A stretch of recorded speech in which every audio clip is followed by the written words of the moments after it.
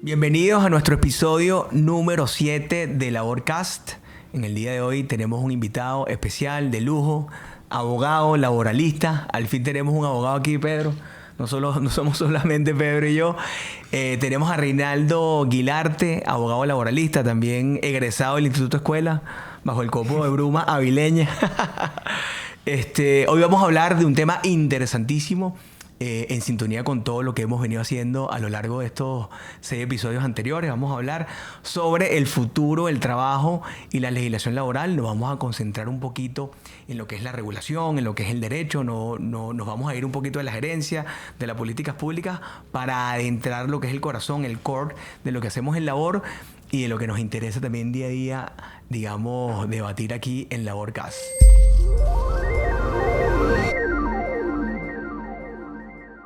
Reinaldo Guilarte es abogado laboralista. Te voy a presentar previamente, después tú te presentas, Rey.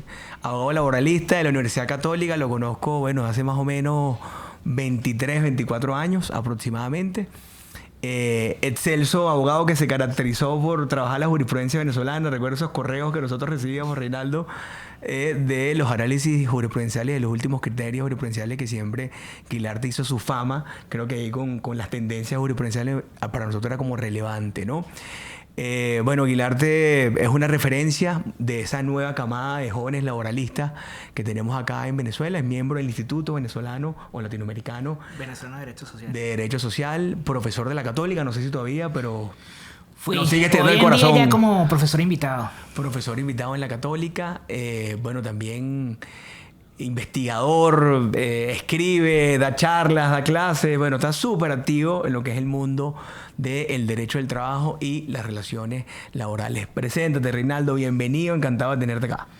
No, Carlos, gracias por la invitación para el podcast. Gracias a la gente de Labor por esta invitación a compartir algunas reflexiones e ideas sobre el presente y el futuro del derecho al trabajo. Sí, en efecto, como lo dice Carlos, yo me gradué en la Universidad Católica Andrés Bello, fui profesor en la Universidad Católica Andrés Bello, hice el posgrado en la Universidad Católica Andrés Bello.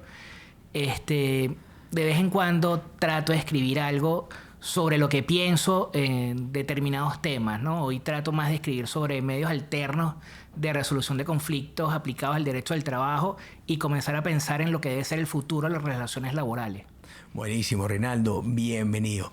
Fíjate, Rey, en este programa de hoy, como todos los programas, siempre empezamos como a 40.000 pies de altura, hablando un poquito, de lo que pensamos, esas grandes ideas, de las abstracciones, y vamos descendiendo un poquito hacia el tema que más nos interesa, ¿no? Como el tema de hoy es el futuro del trabajo, que es un tema tendencia, hoy en día todo de lo que tú busques, que esté ligado con la electrónica, con la tecnología, con el elemento disruptivo de la tecnología en las relaciones sociales en general, no hay artículo o no hay persona que esté hablando por ahí en las redes o en el ámbito académico del futuro del trabajo. Fíjate que lo primero que a mí me parece interesante que podemos hablar acá es porque algo que está sucediendo hoy le llamamos futuro del trabajo, ¿no? Yo creo que en las 5 revoluciones industriales que nosotros hemos tenido de los últimos, básicamente a partir del siglo XX o finales del siglo XIX para acá, de alguna manera todas han planteado el futuro. O sea, no ha habido ninguna que a raíz, desde el maquinismo, desde la invención de la máquina de vapor, no se haya planteado transformar o cambiar el futuro. Yo creo que lo primero que quizás podemos debatir y podemos desmontar es que no es futuro, es hoy, es el hoy del trabajo, que siempre ha existido. ¿Y qué es entonces ese futuro del trabajo, Reinaldo? ¿Por qué hablamos del futuro como algo que fuera como abstracto, como ambiguo, cuando ya sabemos que está sucediendo? Bueno, en el caso de Venezuela es un poquito particular porque en Venezuela estamos comenzando a repensar nuestras relaciones laborales. Claro. Entonces, estamos en ese tema de saliéndonos de lo que fueron las relaciones laborales clásicas, donde además el sistema educativo estaba montado en que tengo que diseñar un obrero para una planta. Uh-huh. Ya ese sistema educativo tiene que ser absolutamente cambiado porque vamos hacia otro mundo. Pero además, aquí como los pasos son un poquito más lentos, hay muchas compañías comenzando a entender cómo pueden ser más eficientes sus procesos productivos con el uso de la tecnología. Hay compañías que hoy en día eran muy fuertes en distribución y estamos comenzando a ver en algunos países donde la distribución ya lo hace es un camión que está automatizado. Claro. Entonces hay mucho tema de automatización. Absolutamente. El tema de la pandemia y además el de la crisis económica ya puso a muchos venezolanos a teletrabajar. Sí, claro.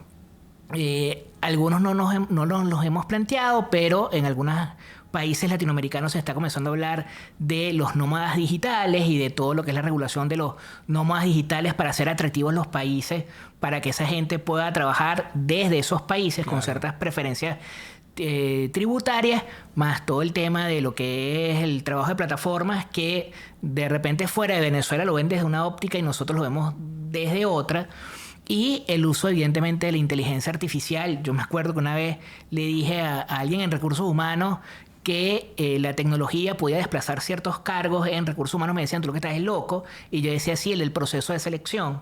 Claro. Ahí puede haber inteligencia artificial, inclusive en materia administrativa. O sea, cuando tú le vas a facturar a un cliente tus trabajos, claro, entonces le tienes que mandar un mail a una persona, le tienes que mandar la factura.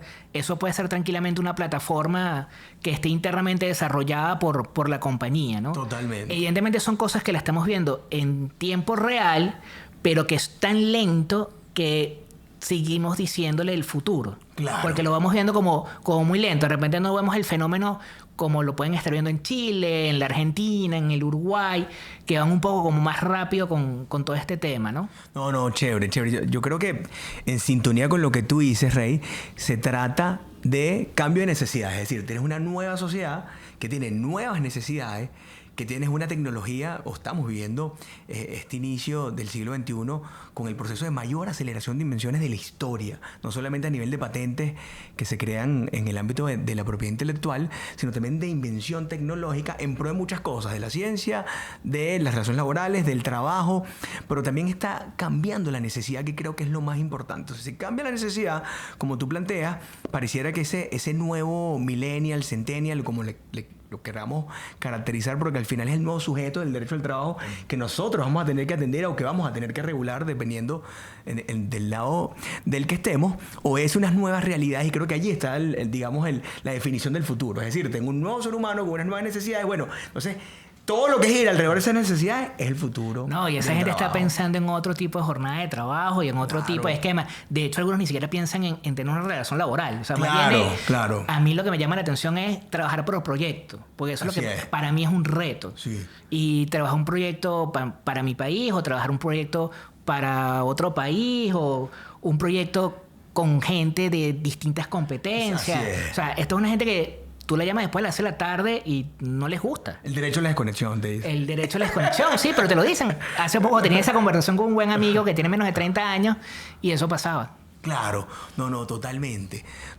Fíjense que bueno, de eso vamos a estar hablando en el capítulo de hoy. Esto es tan solo una breve introducción, pero cierro con algo que es relevante. Entonces, cuando hablamos de futuro del trabajo, hablamos de romper esas fronteras a nivel demográfico, es decir, esa movilidad de los trabajadores cada vez más universal. Están los nómadas digitales, como se conoce por allí.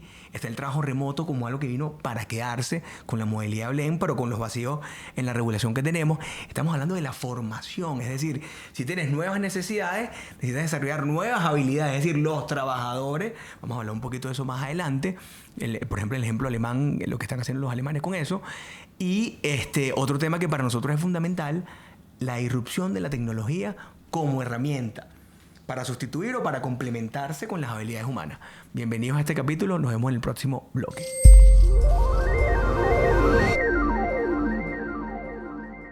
Fíjate, Reinaldo, estábamos hablando entonces con una pequeña introducción de lo que era el futuro. Tú mencionabas algo que era muy relevante, el derecho a la desconexión, ¿no? Y yo creo que entramos con los temas, digamos, que son bien duros. Yo soy un fiel creyente, Reinaldo, de que hoy en día en Venezuela, sin duda, tenemos la ley del 16, o tenemos una relación laboral que se quedó anclada de alguna manera. Pero bueno, sin embargo, yo acabo de llegar ahorita de Wave, que es el acelerador tecnológico, con un poco de innovadores y gente que está tratando de hacer cosas diferentes en un mundo que es global, sin fronteras, como es el mundo digital, o como es el mundo en la web. Y sin embargo, bueno, tenemos una legislación laboral que no pudo ni en la pandemia con las normas de transición darle, digamos, cierta garantía a esas relaciones sui generis que se dieron durante la pandemia, pero tampoco pareciera que en el corto plazo tenemos iniciativas legislativas que vayan de alguna manera a hablar del legal tech, de la transformación digital, de la economía geek o de lo que es el futuro del trabajo. ¿Qué piensas tú, Rey, de esos retos que tiene la regulación laboral venezolana y latinoamericana, ¿no? Con el futuro del trabajo? Sí, fíjate, ¿qué ocurre? Nosotros tenemos una legislación laboral que está como anclada en un proceso industrial que ya no existe. Claro. Y que todos los días lo vamos abandonando a paso muy acelerado. Inclusive la situación de Venezuela es muy particular porque buena parte de lo que tenemos hoy en día comenzó con toda la crisis económica. Claro. O sea, en la arrancada de la crisis económica la gente tuvo la necesidad de decir, ¿y ahora qué hago? Claro. ¿Okay? Y en ese ahora qué hago comenzaron a decir, bueno, yo puedo teletrabajar. Que de repente la mayoría de las personas no saben que estaban teletrabajando, pero estaban allí. Claro, claro. Con la pandemia se aceleró el teletrabajo, ¿okay? Pero además con la crisis económica se comenzaron a hacer análisis de cómo hacemos con nuestros procesos productivos para que sean más ágiles, cómo seamos más productivos. Yo conozco compañías de alimentos donde tienen empaquetadores de su producto. Entonces yo le decía, bueno, pero ¿qué sentido tiene que yo tenga 200 empaquetadores cuando puedo tener un proceso automatizado? Claro, total. Nacía la pregunta de qué hacemos con esas personas. Que es el mismo problema que ocurrió en su momento cuando Sidor se privatiza, claro, que se negocian los egresos con sus trabajadores. Había que hacer una inversión en la formación de esos trabajadores para que se insertaran en ese mercado del trabajo, de ese mercado de trabajo. Ese es uno de los grandes retos ahorita. Claro. Uno de los grandes retos es si automatizamos y esa persona queda desplazada del centro de trabajo donde presta servicios, bueno, hay que darle las herramientas para que esa persona se inserte en ese mercado de trabajo. Y es tan cierto, Rey, que hay un índice, y te atajo aquí rapidito, que es el índice de alfabetización digital. O sea, ya solamente a nivel de competencia, no es que sabemos leer, escribir, usar Excel, sino que tú y yo, en el corto plazo, para seguir prestando nuestros servicios jurídicos, como lo hacemos desde hace ya bastante tiempo, tenemos que desarrollar nuevas competencias diferentes. Por ejemplo, el uso de la aplicación, por ejemplo, el uso del chat GPT, o clientes que se van a comunicar contigo por unos canales que no son los naturales. Por ejemplo, hoy en día el WhatsApp, pero pueden haber diversos canales para ello, ¿no?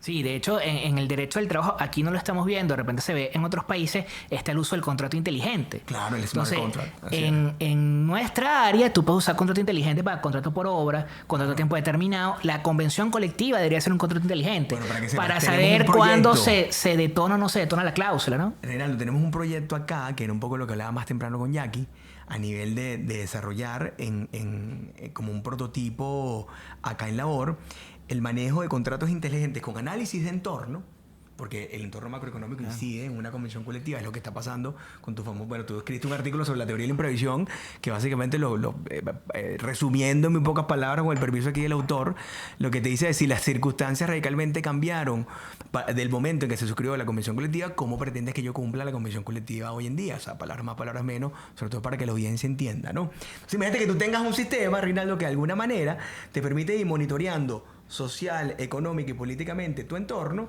y a la vez te permita con el input y el output que le puede dar finanzas o que le puede dar logística al contrato, de si es posible o no cumplir financieramente un contrato colectivo. Sí. Eso es algo que hay que comenzar a trabajar y desarrollar, porque va a ser algo muy útil.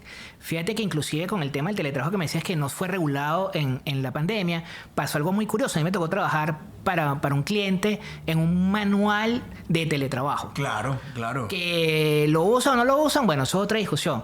Pero eso tuvimos que hacer un análisis de lo que es la regulación en la región. Entonces te encuentras como, por ejemplo, en Argentina, de que en Argentina tienen regulado la ley aplicable al teletrabajador. O sea, tú ves otras normas en Sudamérica y es una de las pocas legislaciones donde está regulado cuál es la ley aplicable al teletrabajador. Y un régimen especial. Y es muy particular porque aplican el principio de norma más favorable. O sea, no te dicen es que es donde está el trabajador o es donde está la empresa, sino la norma que sea más favorable. Claro. En la circunstancia que él tenga. Obviamente, vamos a saltar. Ya en Europa comienzan a hablar de el derecho al trabajo transnacional, porque se comienza a comprender que ya el trabajo no tiene fronteras. Claro. Ya es igual que como puede ser una mercancía, ¿sabes? Sí, como el comercio internacional, claro. Que si tú no quieres barreras en el comercio, tampoco quieres barreras en el trabajo. Entonces, allí hay unos temas que bueno, pueden terminar en dumping social dependiendo de cómo se vaya desarrollando, porque hoy en día existe dumping social, evidentemente con teletrabajo se acelera mucho más, es mucho más fuerte, porque por ejemplo hay gente que cree que en Venezuela una persona con $1.500 o $2.000 vive feliz y contenta y hace todo lo que le da la gana, y no es así. Claro. ¿Ok? Entonces no puede ser que un trabajador que está teletrabajando desde Venezuela de repente termine ganando menos de lo que está ganando un trabajador que teletrabaja desde Costa Rica para la misma compañía. Claro, absolutamente. Sí, que Son retos son de temas de equidad, de igualdad. De este futuro del derecho al trabajo, ¿no? Son los dilemas, sin duda, que tenemos que enfrentar. Insisto, el lado del operador jurídico, el lado del regulador, son los retos que indudablemente nosotros tenemos que encarar. Y fíjense que hay un dilema también, Reinaldo, pero que me parece que es una realidad que es importantísimo que le hablemos acá. Cada vez que nosotros hablamos de los temas de sustitución de la mano de obra, yo creo más de la transformación. Es decir, creo que el ser humano, nada más por el manejo de las habilidades socioemocionales, que en materia laboral o en materia de negociación, si el contrato de trabajo es estrictamente consensual o por definición se perfecciona con el consentimiento, la negociación colectiva también es un proceso per se de negociación. Bueno, las emociones y las percepciones, que son muy importantes en un proceso de negociación, para que la robótica o para que un chatbot llegue a equilibrar eso o llegue a simular eso, pues yo creo que va a pasar mucho tiempo, y creo que allí, sobre todo en lo que son las habilidades psicoemocionales, las competencias o las mal llamadas competencias blandas, que no son nada blandas, es donde nosotros, quizás los seres humanos y los trabajadores, vamos a tener como muchísimo de qué aportar. Otro aspecto que a mí también me parece importante, Reinaldo, es, yo me cuestiono mucho el tema de si la solución está en la regulación. Bueno, esa pregunta es complicada porque inclusive las personas que están en el mundo tecnológico no les gusta la regulación. Exactamente. Al innovador no les gusta. A un artista en general, a un creador, a Da Vinci, no le gusta la regulación. Bienvenidos entonces a este segundo bloque. Ya estamos terminando el segundo bloque. Los esperamos en el tercero.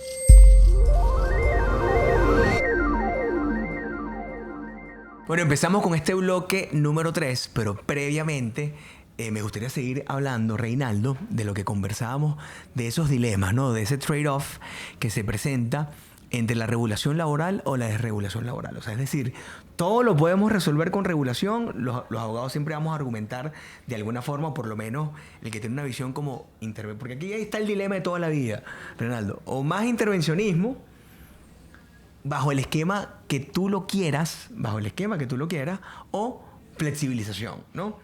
O desregulación. Son como los dos dilemas o los dos paradigmas que de alguna manera hemos tenido en el péndulo de la historia laboral, no creo que nada más latinoamericana, sino universal, ¿no? Pero inclusive, como decía John Maynard Keynes en teoría económica o en economía política, o sea, el mejor Estado es el que regula pero no interviene, que creo que son dos conceptos bien ahí relevantes. ¿Cómo lo ves de cara al futuro del trabajo? Sobre todo, Reinaldo, y te pongo esto porque es importante, porque recordemos que la ley formal que nosotros conocemos es el consenso de los políticos de turno. Es decir, pasa por un proceso de creación formal, como está en la Constitución, y la tecnología va en ascensor y la legislación va por escalera. Sí. Fíjate, me voy a ir un lustro atrás, 2018, y el tema de la crisis económica, caía en el consumo, hiperinflación, y comenzamos a presentar esas solicitudes de reestructuración de empresas, ¿no? Entonces, claro. Ahí me decían, tú estás loco, tú 148, Rey. Sí. Estábamos hablando del artículo que permite reestructurar compañías. Eso. Y me dicen, tú estás loco, eso no es posible, que la legislación no lo permite. Y yo le decía, el tema no es la legislación, el tema es la realidad. Eso es. Entonces, aquí hay un tema de intereses colectivos e intereses individuales. Entonces, cuando chocan, algo tiene que prevalecer. O sea, no podemos dejar perder compañías que tienen 2.000, 3.000 trabajadores, 100 trabajadores y que quieren seguir en el mercado venezolano y quieren seguir apostando en el país. Tenemos que encontrarle una solución. Así es. Entonces, si partimos de allí, tenemos que la regulación venezolana en materia de reestructuración de compañías es muy mala. Claro. ¿Ok? De hecho, es escasa en regulación. Claro. Hoy en día creo que esa escasez de regulación en principio es positivo, porque te permite alcanzar unos acuerdos que son un poco diferentes a lo que serían si tienes ese exceso regulatorio. Claro. De hecho, ese exceso regulatorio está matando la compensación o el salario de los trabajadores venezolanos, porque al existir la definición de salario que existe en nuestra legislación laboral, a los trabajadores les siguen pagando en negro. Total. Entonces, Incentivas el fraude. Si es una legislación que de alguna manera crea un incentivo regresivo. No estoy justificando que se defraude la legislación laboral, pero sí lo incentivas porque si tú compensas aplicando todo el peso de la norma, bueno, muy probablemente no tienes cómo pagar el mes siguiente. claro, de hecho, fíjate algo, o sea, tú tienes una crisis económica. En México, una crisis económica es una causal de suspensión de relación laboral, Claro. que nada más notificas. No necesitas al aprobación. trabajador, no necesitas Claro, aprobación. En claro. Venezuela tienes que pedirle permiso a papá Estado, Así que es. el Estado te autorice, si no, no puedes suspender la relación laboral.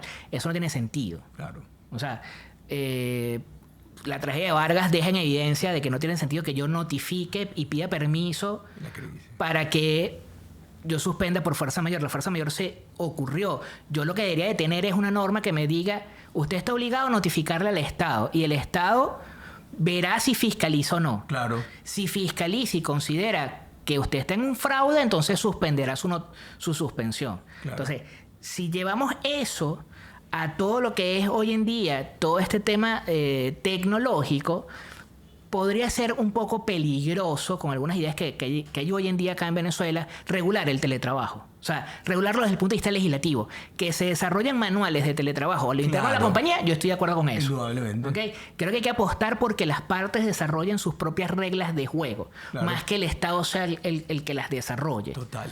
Fíjate que hay un ejemplo muy exitoso, Reinaldo, y te agarro acá, lo conversaba ayer con Pedro, que es la flexseguridad de los daneses en Dinamarca.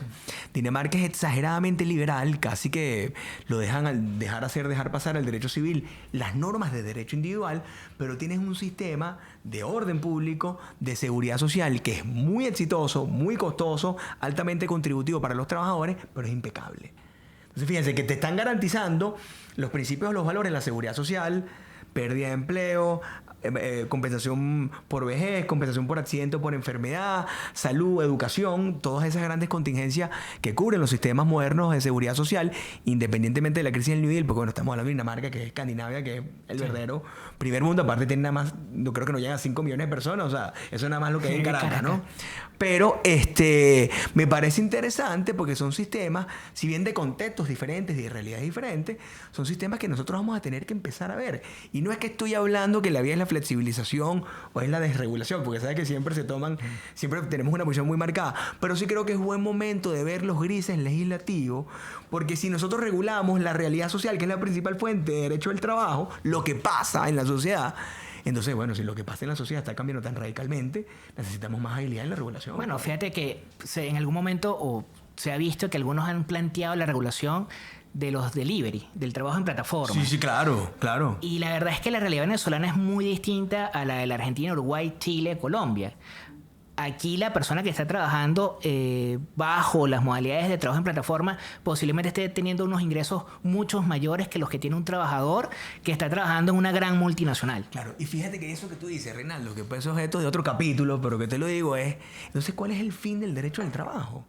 Es un problema de calidad de empleo, es un problema de compensación, es un problema de estabilidad en el trabajo, es un problema de acceso al trabajo. ¿Cuál es el problema de derecho al trabajo? O sea, ¿qué vamos a hacer nosotros? Un problema de calidad de vida. Okay. Un problema de calidad de vida, ¿por qué? Porque el ingreso de una persona tiene que dar para que esa persona pueda vivir tranquilo. No estoy diciendo que es que tiene que vivir en una organización de lujo, sino Claro. que pague la vivienda, pague los servicios básicos, pague alimento, educación, ropa, pero además tenga para distraerse y para ahorrar. Claro, ¿ok? un estado de bienestar europeo, por ejemplo. Pero además de eso, en esa calidad de vida tiene que ver el derecho a la desconexión, de que yo no tengo por qué tener una jornada de lunes a viernes de 8 o 10 horas, porque es que ese era el modelo tradicional, Claro. clásico, que nos impusieron desde la época de Gómez para acá.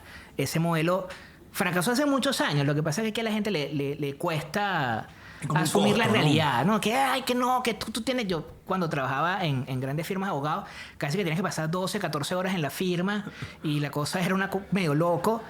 Y yo les decía, es que esto no tiene sentido. Claro. Esto no no tiene sentido tiene para sentido. nadie. Claro. No tiene sentido.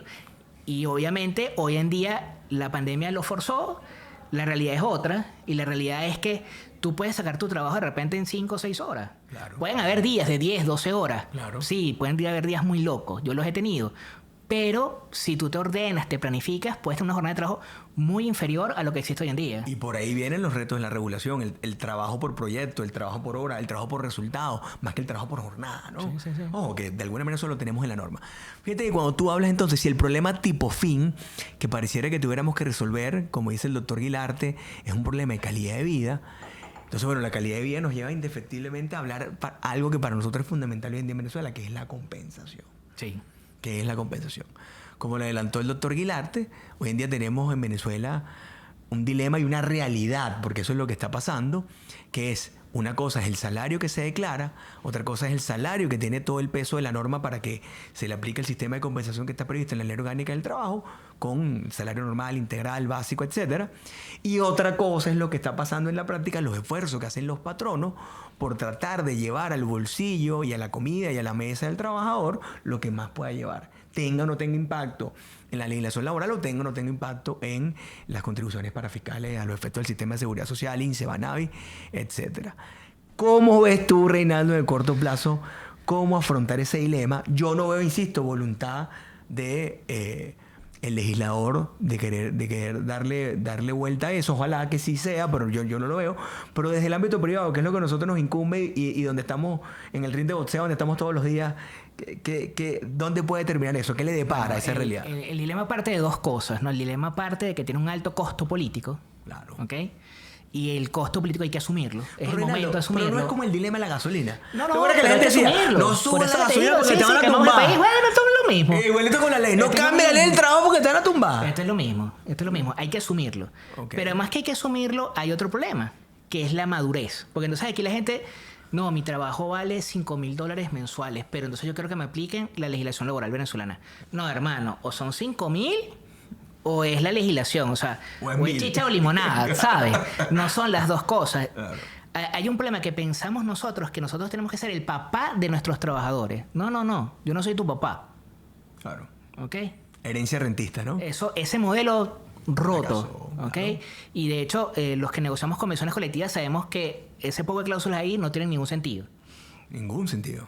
O sea, hay unas cosas que aquí la gente joven no se recuerda, pero habían partes de Venezuela que las carreteras eran de tierra y eso llevó a que habían cláusulas de bicicletas, porque la única forma que tenían las personas de llegar era en bicicleta. Absolutamente. Entonces, si nosotros comenzamos a enseñarle a la gente que cómo puede ahorrar, le damos asistencia financiera, es decir, Claro. educación financiera. Educación financiera. Y ellos se percatan que es mejor no tener el esquema que tenemos acá en la legislación laboral, sino tener otro esquema distinto donde ellos se administren mensualmente su ingreso, capaz ahí podemos comenzar a pensar de otra forma. Pero hay que comenzar a trabajar desde la base. Total. Y fíjate que ese ejemplo que tú das, que es la educación en el centro de trabajo, es el sistema que hoy en día está siendo exitoso en Alemania, donde ellos le apuestan al aprendizaje centrado en el participante. Es decir, aprendes haciendo en el trabajo, pero estudias formalmente. Entonces tienes, que fue el concepto del INSES, inicialmente que, digamos, es de herencia alemana, pero tienes tu proceso de formación formal en la universidad, en el colegio, donde quieras estudiar, pero también tienes la academia, pero haciendo en el lugar de trabajo, que creo que es algo que a nosotros nos puede ayudar muchísimo, sobre todo por la brecha educativa que vamos a tener hoy, bueno, por los grandes gaps o los grandes vacíos que tenemos hoy en día, sobre todo en la educación pública.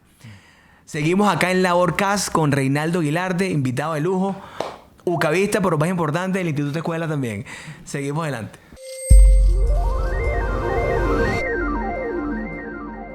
Acá de vuelta le damos inicio al cuarto bloque en Laborcast con nuestro invitado de hoy, Reinaldo Guilarte, recordando que estamos hablando del futuro del trabajo y la legislación laboral, tema que, bueno, podemos hacer 5 episodios, Reinaldo, uno de cada cosa, pero bueno, creo que ha sido un episodio muy sólido, sobre todo para abordar temas que nos gustan. Fíjate, Reinaldo, este bloque es el bloque de la visión, de las tendencias. O sea, ¿qué nos gustaría a nosotros que pasara en el mundo de la regulación laboral, en el mundo del futuro del trabajo, tanto en Venezuela como desde lo académico como en lo práctico? ¿Qué te gustaría que sucediera? ¿Hacia dónde podemos dar ese viraje? ¿Qué podemos lograr? ¿Qué es factible tú? Mira, Aprovecha tu momento. Fíjate, lo primero que creo es que las relaciones laborales deberían de ser de más confianza. ¿A qué voy con esto? a que si tú me dices que tú vas a trabajar desde tu casa, vas a teletrabajar, es porque realmente eso va a ocurrir. Y yo no tengo por qué estar allí vigilándote ni poniéndote un sistema de monitoreo, claro, o un aplicativo dentro de la computadora que verifique si realmente estás trabajando. Ahí hay un primer punto. Lo segundo es que creo que es fundamental el tema de la educación financiera. ¿Okay? Tenemos que darle educación financiera a la gente, pero ya no cuando tienen 20, 30, 40 años, ¿no? Desde que están chamos, desde que 5, 4 años que entran en el maternal, que comienzan a entender de qué va la cosa. Tenemos que ayudar a toda nuestra gente que no es nativo digital a el desarrollo de esas competencias, porque el mundo va para allá. Así es. Si no, vamos a tener más exclusión. Exactamente. Creo que es fundamental el desarrollo de compañías que estén vinculadas a todo el tema de trabajo de plataforma. Creo que da para mucho. O sea, la gente habla de trabajo de plataforma y lo que piensa es en Uber. No. El trabajo de plataforma es mucho más allá, es mucho más complejo, ¿no? Eso creo que es fundamental. Creo que por temas de salud y de seguridad de nuestros trabajadores, el uso de la tecnología, de la automatización y de la inteligencia artificial y darle las herramientas a ellos para que puedan trabajar conjuntamente con esos dos grandes variables tecnológicos va a ser fundamental. O sea, que una mujer pueda ser, ¿verdad?, quien maneja un equipo tecnológico que entre en una mina a muchos metros de profundidad en la tierra es algo necesario y fundamental. El rol del equilibrio y darle un protagonismo a las mujeres dentro de las relaciones laborales también es importante. Claro. Porque han estado no como tendencia. No, sino como algo un que valor tenga agregado. sustento, Sí. Claro. Eso por allí, ¿no? Obviamente esto tiene que estar acompañado de políticas educativas. O sea, si nosotros seguimos abandonando nuestro sistema educativo público y en el sector privado no encontramos la respuesta, ¿ok?, porque ellos lo montan con base a sus ideas, tenemos que ir a un modelo educativo que sea más creativo, no esa cosa de cuánto es 1 más 1. De repetición. O sea, sí, yo a mis estudiantes les decía cuánto es 1 más 1 y siempre respondían 2. Yo decía, ¿qué facultad es esta? Derecho. Ajá, ok. ¿Cuánto es 1 más 1? 2. ¿Seguro? Respuesta definitiva. ¿Cómo que 2? Pero profesor, ¿por qué lo dice así? Porque esto no es la facultad de ingeniería. Claro, así es. En estos días se lo pregunté a mi sobrino estudia ingeniería y me dijo, es que 1 más 1 no es necesariamente 2. Claro. Eso depende de... Entonces, si un ingeniero te dice eso depende de... ¿Tú esperas que un abogado? Obviamente, todos los demás te tienen que decir eso depende de... Claro, ciencia social, ¿verdad? Creo que tenemos que ir a un sistema de relaciones laborales más equilibrado. ¿Okay? Yo ni siquiera estoy hablando aquí del reparto de capital, sino que esas jornadas de trabajo locas que han existido tienen que ir a un modelo diferente. O sea, ¿por qué nos plantearnos una jornada de trabajo 4x3? Bueno, porque es que el país está en crisis, la productividad. Ajá, pero si una persona descansada puede ser más productiva, porque no un 4x3. Claro. La verdad, creo que tenemos una legislación laboral excesivamente pesada. No estoy hablando de desregular, ojo, pero sí creo que hay unos institutos que no pueden seguir estando en donde están. O sea, nosotros no podemos seguir pensando en inmovilidad laboral, eso más nunca. Creo que inclusive el caso de inmovilidad laboral debe ser única y exclusivamente para temas de fuero sindical. De protección a la libertad sindical. Creo que la administración del trabajo tiene que cambiar su rol. ¿En qué sentido? No debe ser para que yo le pida autorización para despedir, ni para autorización para suspender un trabajador, ni para que el trabajador vaya a pedir el reenganche, nada para nada de eso. O sea, ni siquiera para que el trabajador presente un reclamo. ¿Okay? La administración del trabajo debe ser única y exclusivamente para resolver los grandes conflictos laborales y adicionalmente para supervisar el cumplimiento de la ley, pero hasta allí. Claro. O sea, eso de la sala de fuero, sala de reclamo, no existe más. Claro. ¿Okay? Competencia de los tribunales. Competencia de los tribunales. Y si me lo preguntan a mí, creo que necesitamos desarrollar el diálogo. Creo que antes de escribir algo, tenemos que sentarnos todos a conversar, a aportar ideas, a debatir y a entender dónde estamos parados. O sea, los países se construyen desde la base. O sea, no de arriba hacia abajo, se construyen de abajo hacia arriba. Total. Entonces, si yo no le doy voz a los trabajadores, no le doy voz a los empresarios, no le doy voz a las universidades, no le doy voz a la gente que está en las comunidades. A los sindicatos, claro.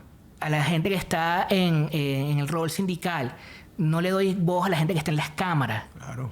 Y además el Estado pretende imponer una línea de pensamiento, eso está mal. Total. Entonces, creo que es el momento de realmente tener un diálogo real, abierto, transparente, de decirnos las cosas como son, con respeto, porque el diálogo tiene que partir de allí, del respeto. O sea, tú puedes estar de acuerdo o no con el otro. O sea, mi hermano es comunista y no por eso dejamos de hablar. No, indudablemente. Y discutimos miles de cosas y al final de la historia siempre terminamos diciendo: estas son las 3 cosas en las que estamos de acuerdo. Claro. Bueno, eso que tú estás diciendo que pareciera muy sencillo, que es una habilidad blanda de inteligencia emocional, de reconocimiento del otro, de tolerancia, creo que es algo que si bien no existe, se tiene que crear y eso va a llevar tiempo. ¿Por qué creo yo que es muy importante, Reinaldo? Porque si nosotros queremos un diálogo, para un diálogo de concertación social, como para un nuevo contrato social que permita crear entonces... No hablemos de una legislación laboral, hablemos de un sistema laboral, porque son políticas públicas, es legislación, es administración del trabajo, que permita crear o resolver un problema tipo fin, como lo definíamos acá, que es calidad de vida de la gente, poniéndolo en abstracto de esa forma. Hay algo que le antecede, que es el reconocimiento. O sea, es decir, tenemos hoy en día los venezolanos, y hablo de Venezuela en concreto, porque es la realidad que nos atañe día a día, la capacidad de reconocernos independientemente de los colores y los tintes, no lo sé. Porque no hay negociación y acuerdo posible si yo no reconozco el que está enfrente. El hecho de que yo me siente con el diablo no quiere decir que yo le dé la razón al diablo, pero creo que nosotros tenemos que aprender a sentarnos con el diablo. Creo que eso es importante. Hay que aprender a sentarse con el que piensa diferente. Yo hace muchos años atrás me criticaban mucho porque me decían que porque yo iba a cenar con un amigo mío todos los viernes si él era chavista. Y yo, ¿de qué me estás hablando? O sea, es amigo mío, pues. Claro, usted me valore. Y tenemos miles cosas en común diferente a esto, pues. Entonces, ahí es donde está la construcción de un nuevo sistema de relaciones laborales. El sistema de relaciones laborales no debe estar basado en ideología. Eso es un pelón. Eso no se debe repetir. O sea, eso ha existido en Venezuela toda la vida. O sea, no es nuevo. ¿Okay? De toda la vida. No voy a hablar de aquí de Gómez para atrás, pero de toda la vida ha sido así. La legislación laboral tiene un alto contenido ideológico. O sea, sea para un lado o sea para el otro. Eso se debe acabar. Y eso se acaba cuando respetamos las ideas de los demás. Sí. ¿Qué creo yo? Que si los trabajadores asumen el compromiso que debemos cambiar el modelo, es posible que el sector empresarial comience a ver las cosas un poco diferentes. Claro. ¿Okay? Creo que ahí hay como una especie de ay, es que ellos no quieren cambiar y siguen siendo iguales, ¿no? Yo no sé si tú te acuerdas acá la época de los sindicatos paralelos. Claro. Fue una época muy dura. Claro, el paralelismo sindical, claro. Y eso dejó unas heridas que hoy en día todavía están ahí. En algunos todavía existen esas heridas. No, total. Pero bueno, son los retos, Reinaldo, que nos tocan.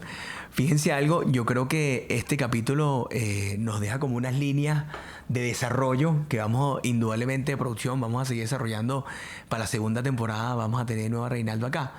Yo primero que nada, Rey, quiero darte muchísimas las gracias. Primero porque fuiste una de las personas desde que yo era muy joven que me apoyó siempre en el derecho laboral. Desde que yo era pasante en Palacio Ortega y nos encontramos en los tribunales y cualquier duda que yo tenía se le preguntaba a Reinaldo, porque Reinaldo siempre era un ratón de laboratorio desde muy joven. Fue una persona que nos apoyó muchísimo a todos los que en ese momento creímos, porque siempre estuvimos batallando en los tribunales, en las inspectorías, con distintos criterios, ideologías, pero bueno, es el desarrollo de la carrera al fin. Y segundo, bueno, por venir acá a exponer tus criterios, yo te invito a que sigas adelante con tu investigación, con tu pasión por lo que es el derecho laboral, que sé que lo haces con digamos, sin nada a cambio, ¿no? Creo que es lo que te genera propósito, lo que te genera valor. Y yo sé que aquí Pedro, Jesús, Simón, reconocemos tu calidad humana y tu calidad como profesional. Así que, bueno, encantados de tenerte acá y ojalá vengas nuevamente en la segunda temporada, ¿viste? No, agradecido por la invitación. Me parece muy bien lo que están haciendo, en verdad, síganlo haciendo así. Gracias, Rey. Está quedando chévere. Creo que es un buen aporte a todo lo que debe ser el país. Pero sí les digo, todavía no existe, pero viene por allí un librito, no mío, ¿okay? No es mío. Primicia. Pero está coordinado con 2 amigos más y participaron unos amigos escribiendo unos artículos allí por los 20 años de la Ley Orgánica Procesal del Trabajo. Uy, qué bueno, Rey. Entonces, nos contenta muchísimo eso. Como un aporte al país, como un aporte de ideas, de diálogo, de pensamientos distintos, ¿no? Genial. Por ahí vienen cosas, pues, y se siguen construyendo algunas cosas porque creemos que hay que decirlas, hay que escribirlas y hay que debatirlas. Y conocimiento que no se documenta y no se transmite no es conocimiento. Es así. Señores, muchísimas gracias. Reinaldo Guilarte con ustedes. Bueno, síguenos en nuestras redes sociales, en nuestro canal de YouTube, nos dan like y muchísimas gracias. Los queremos mucho.